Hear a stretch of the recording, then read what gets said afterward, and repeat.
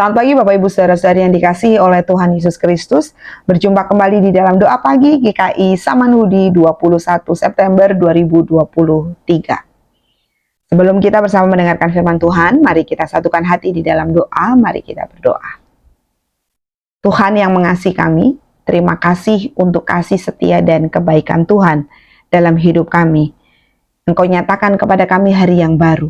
Dan sekarang sebelum kami melakukan seluruh aktivitas kami, kiranya firman Tuhan boleh mendasari seluruh rangkaian aktivitas kami, sehingga hidup kami sungguh berpadanan dengan firman Tuhan. Mari berkata-katalah atas kami, karena kami anak-anak-Mu bersedia untuk mendengarkannya. Dalam Kristus kami berdoa dan bersyukur. Amin. Firman Tuhan pada pagi hari ini diambil dari 2 Korintus pasal 13 ayat 1 sampai dengan yang keempat. Demikian firman Tuhan.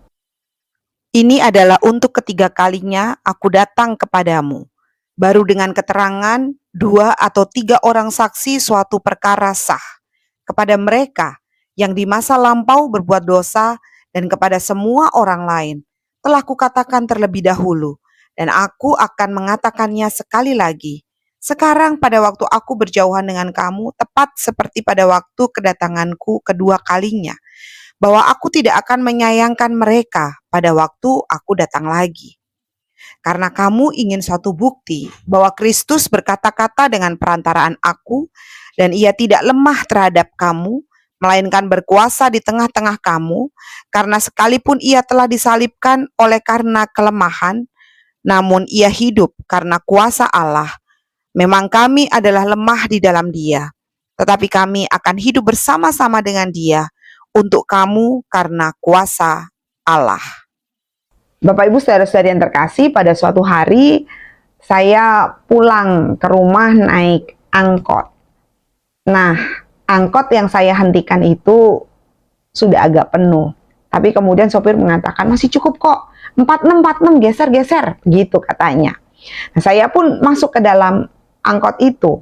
Begitu saya masuk dan duduk, saya mulai was-was nih.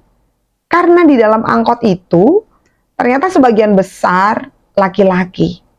Lalu di antaranya ada yang badannya besar, bicaranya tuh berat, wajahnya kusam.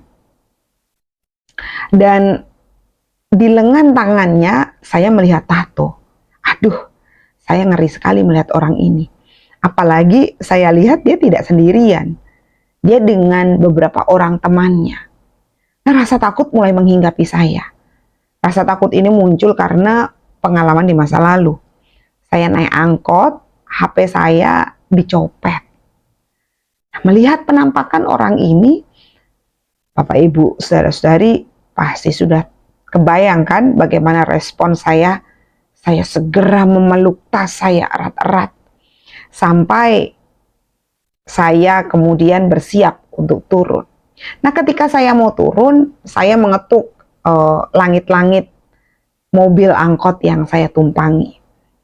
Tapi ini sopir nggak dengar, jadi jalan terus. Oh, saya bilang, "Bang, pinggir bang, stop bang, berhenti."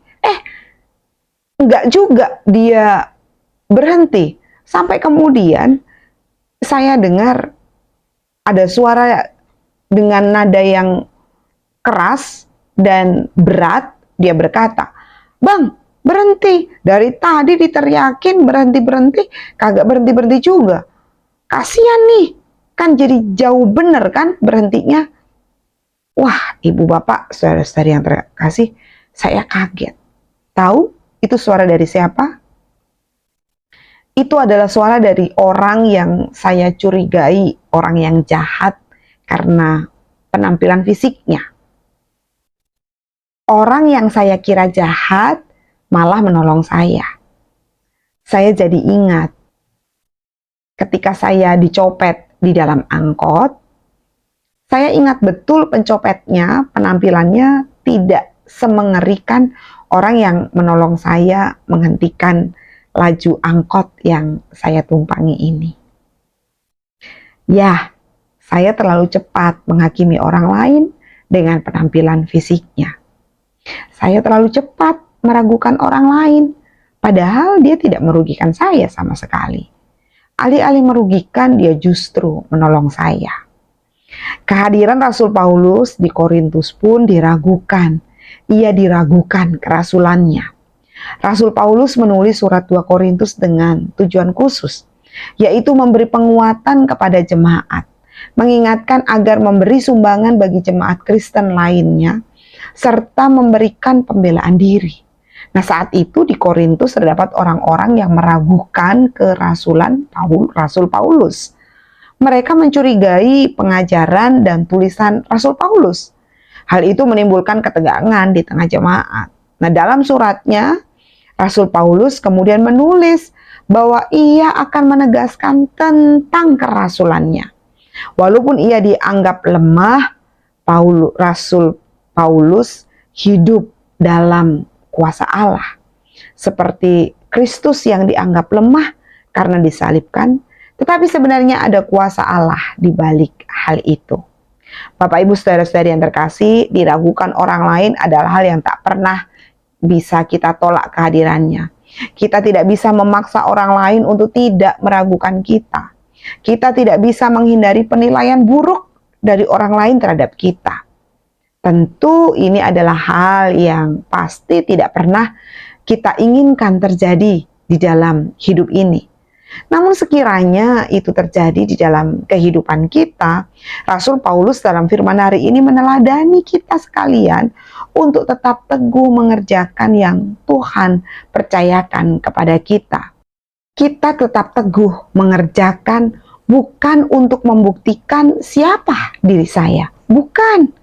Kita tetap teguh mengerjakan apa yang menjadi bagian kita karena Tuhan tidak pernah meragukan kita.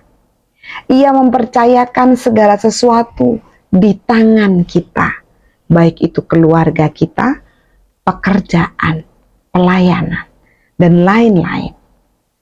Bukankah itu semua yang ada di tangan kita adalah bukti bahwa Tuhan tidak pernah meragukan kita? Oleh sebab itu teruslah berbuat baik. Ingatlah dan sadarlah bahwa orang boleh meragukan kita, tapi kuasa Tuhan akan menolong kita untuk tetap rendah hati, untuk tetap rendah hati menghadapi orang yang meragukan kita. Jadi kalau kita diragukan oleh orang lain, biarin aja. Tuhan tidak pernah meragukan kita. Amin. Mari kita berdoa. Tuhan, terima kasih untuk kasih-Mu dan firman yang boleh menguatkan kami. Orang lain mungkin akan meragukan kami, tetapi biarlah kami boleh tetap rendah hati dan percaya bahwa Tuhan tidak pernah meragukan kami. Tuhan, kuatkanlah kami untuk terus tetap berjalan di jalan Tuhan. Di dalam Kristus kami berdoa dan bersyukur. Amin. Bagi Bapak Ibu yang memiliki pergumulan khusus dan ingin didoakan, bisa menghubungi rekan-rekan pendeta di nomor berikut.